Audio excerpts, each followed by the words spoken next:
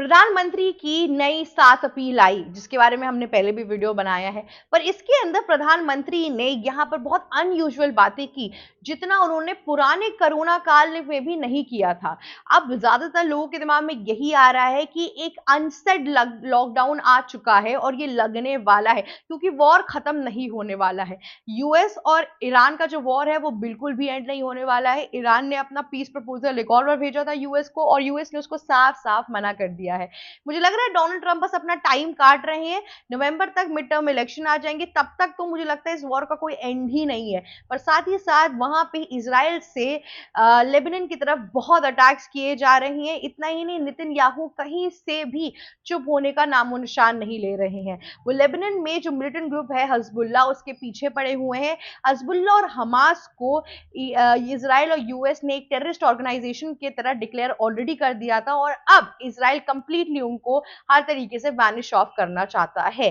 पर यहां पर बात करते हैं भारत की। भारत के अंदर इस टाइम पर पीएम नरेंद्र मोदी ने सबको संबोधित किया हैदराबाद में, और वहां पर उन्होंने बोला, ये साफ साफ ये चीज मेंशन की कि आप सोना मत खरीदिए, वर्क फ्रॉम होम की तैयारी कर लीजिए और इंटरनेशनली ट्रैवल मत कीजिए। ये 3 पॉइंटर्स के बारे में तो आपको सबने बताया होगा, पर मैं आपको बताती हूँ कि और कितने पॉइंटर्स लिए जिसके बारे में इतनी बात नहीं की जा रही है। पीएम नरेंद्र मोदी ने आग्रह किया कि जो आप पकौड़े, समोसे, तले हुए चीज खा रहे हैं उसको आप बंद कर दीजिए। ये एग्जैक्ट वर्ड नहीं थे उनके, पर अब मैं उनका मतलब समझाती हूँ। पीएम नरेंद्र मोदी ने बोला कि आप खाने में तेल कम इस्तेमाल करिए। अगर आप तेल कम इस्तेमाल करेंगे तो उसके वजह से हमें काफी हद तक बचत करने में इजी पड़ेगा। उतना ही नहीं, उन्होंने पहले भी, बहुत पहले भी ये बोला है कि आप एडिबल ऑयल कम करिए। इसके पहले भी 10% कम करने की बात की थी पीएम नरेंद्र मोदी ने, जब वॉर वगैरह शुरू हो रही थी एंड ऑल ऑफ दैट।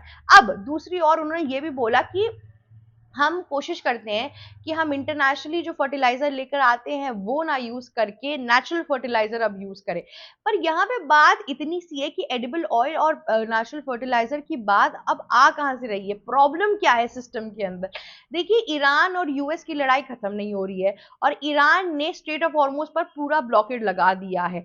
साथ ही साथ यूक्रेन ने पूरी कोशिश कर दी है कि वो रशिया के जितनी भी जगहें हैं जहां पर वो, जैसे नेशनल गैस फैसिलिटी हो गई, पेट्रोलियम हो गया, और भी बहुत चीजें हैं, उन सब जगहों पे वो अटैक करना शुरू कर देता है। उस अटैक के चक्कर में रशिया को काफी लॉस हो रहा है। तो रशिया इस टाइम पे इतने सरप्लस अमाउंट में प्रोड्यूस ही नहीं कर पा रहा है, और जो वो प्रोड्यूस कर रहा है वो डोमेस्टिकली उसका यूज हो जा रहा है। तो इसीलिए जो नेचुरल गैसेस हैं वो बहुत हद तक आपके नाइट्रोजन बनाने में हेल्प करती है, और उसके वजह से फिर आगे जाके फिर फॉरेन फर्टिलाइजर्स जो होते हैं वो बनकर हमारे देश के अंदर आते हैं। अब जो इंसान इस टाइम पर फॉरेन फर्टिलाइजर्स के ऊपर कंप्लीटली डिपेंडेंट है, वो नेचुरल फर्टिलाइजर के ऊपर कैसे डिपेंडेंट हो जाएगा। बात नेचुरल फर्टिलाइजर की भी नहीं है, पर वो जो रेट है उसमें थोड़ा महंगा भी है, और उसकी अवेलेबिलिटी भी इतनी नहीं है कि उसके ऊपर इतने किसान रिलाय कर सके। इंडिया वर्ल्ड का ब्रेड बास्केट है। इंडिया की जो पूरी लैंड है वो बहुत फर्टाइल है। हमारी इकोनॉमी के अंदर एग्रीकल्चर बहुत बड़ा पार्ट प्ले करता है। हमारे देश में बहुत किसान है, और वो एकदम से नेचुरल फर्टिलाइजर पे शिफ्ट होंगे तो उनको बहुत ज्यादा नुकसान ऑलरेडी होने वाला है।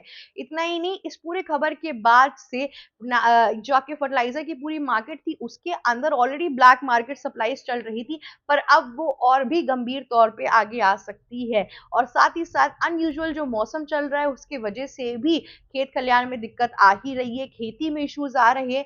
अब अगर फर्टिलाइजर भी नहीं मिलेगा तो एक किसान सरप्लस अमाउंट में कैसे यहाँ पर अगर आप देखेंगे तो सब्जियां हो गई, या फिर एग्रीकल्चर के जो जितने भी सामान होते हैं, वेजीज हो गए, इन सबको कैसे प्रोड्यूस करेंगे वो लोग, ये बहुत बड़ा एक क्वेश्चन मार्क आ रहा है। और अगर सरप्लस में नहीं आया तो उन किसानों के पास क्या ही पैसा बचेगा।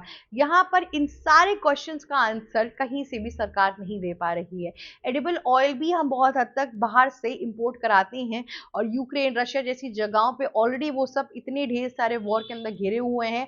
यूरोप कुछ और सप्लाई नहीं कर पा रहा है, क्योंकि यूरोप भी वॉर की वजह से और स्टेट ऑफ हॉर्मोस में जितनी भी दिक्कतें आ रही हैं उसके वजह से एक तरीके से ग्रस्त साबित हो रहा है। और इंडिया ने जो mother of all deal sign की थी, प्लस यूएस के साथ डील साइन की थी, उसका भी अभी कोई नतीजा सामने नहीं आ पा रहा है, क्योंकि वॉर में सब बिजी हो चुके हैं। सबके पास कोई और विकल्प बचा ही नहीं है। सब अपने तेल, क्रूड ऑयल और साथ ही साथ नेचुरल गैसेस के पीछे पड़े हुए हैं, क्योंकि अगर ये सब चीजें नहीं आई तो आगे इंफ्रास्ट्रक्चर डेवलपमेंट, व्हीकल और ये सब कुछ में बहुत भारी अमाउंट पे इशू आना शुरू हो जाएगा। और पहले तो बात पेट्रोलियम की थी, पर अब बात आपके तेल की आ गई है। जो आप समोसे तल के खाते हैं और पकौड़े और छोले भटूरे जो चल रहे हैं, वो आने वाले कुछ टाइम में क्या पता नीचे जा सके। अभी यहाँ पर हमने एलपीजी क्राइसिस देख ली, अब एडिबल ऑयल क्राइसिस भी अगर आ गई तो बहुत दिक्कत हो सकती है। इसीलिए इसके पहले ही सात्विक जीवन की तरफ एक उड़ान भर लो, जब तक ये वॉर खत्म नहीं होता है। आगे जाके तेल के मार्केट पे भी अब डाउनफॉल आने वाला है। पीएम नरेंद्र मोदी ने जितने भी 7 अपील किए हैं, उसको आप अपील की तरह मत लीजिए। वो एक तरीके की वार्निंग है जो वो देना चाहते हैं, और अगर आप समझदार हैं तो आपको इशारा ही काफी है, क्योंकि वॉर में कोई सुधार नहीं आ रहा है। आज सुबह ही मैं एक खबर पढ़ रही थी, जहां पर ईरान ने बोल दिया है कि अब स्ट्रेट ऑफ हॉर्मुज के ऊपर वो टोल प्राइसेस लगाने वाले हैं। देश के ऊपर ऑलरेडी बहुत खर्चा था, अब एक और टोल प्राइसेस का खर्चा आ गया है। वो जितने भी टोल आएंगे वो सब ईरान अपने इंफ्रास्ट्रक्चर डेवलपमेंट में लगाएगा, क्योंकि वॉर की वजह से और यूएस और इसराइल ने जिस हिसाब से ईरान में बॉम्बार्डमेंट्स किए हैं, उसकी डेवलपमेंट के लिए उनको पैसे चाहिए और वो स्ट्रेट ऑफ हॉर्मुज से ही निकालेंगे। अगर स्ट्रेट ऑफ हॉर्मुज इनफैक्ट अगर टोल के बेसिस पे भी चलना शुरू होगा तो भी बहुत हेल्पफुल होगा, क्योंकि इस टाइम पे 1600 ships already gulf of Persia पे स्थित खड़े हुए हैं। वहां से वो मूव ही नहीं कर पा रहे, और उनको पता है अगर वो मूव करेंगे तो ईरान की तरफ से मार दिए जाएंगे और कुछ भी नहीं।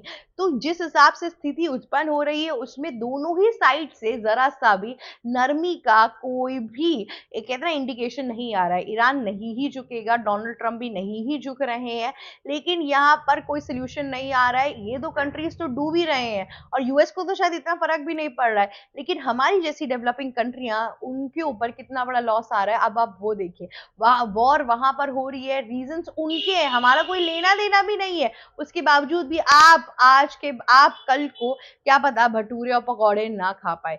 बात सिर्फ भटूरे और पकौड़ों की नहीं है, पर बात है कि आपकी पहले पेट्रोलियम पे बात आई, क्रूड ऑयल पे बात आई, उसके बाद से नेचुरल गैसेस पे बात आई, फिर फर्टिलाइजर पे बात आ गई, और अब आपके खाने वाले तेल पर भी बात आ गई है। तो इसीलिए ये स्थिति बहुत ही हद तक गंभीर होती जा रही है, और ये पुराने लॉकडाउन की तरह नहीं है। पुराने लॉकडाउन में डिजीजेस की वजह से लोग मर रहे थे, पर यहाँ पे डिजीजेस नहीं है, पर सम रियल लाइफ इश्यूज सामने आ रही हैं। अब देखते हैं कि इसके आगे क्या होगा। इस पूरे वॉर की सिचुएशन में कोई अलग अलग तरीके की प्रक्रिया आएंगी जिसके वजह से थोड़ा हेल्पफुल हो सब कुछ या नहीं। तब तक के लिए बने रहिए हमारे चैनल के ऊपर। अगर आपको ये वीडियो अच्छी लगी है तो प्लीज लाइक, शेयर, सब्सक्राइब और कमेंट करना मत भूलिएगा। जाते जाते बेल आइकन भी हिट कर दीजिएगा। Thank you so much for watching us. Subscribe to News Vigil Hindi now.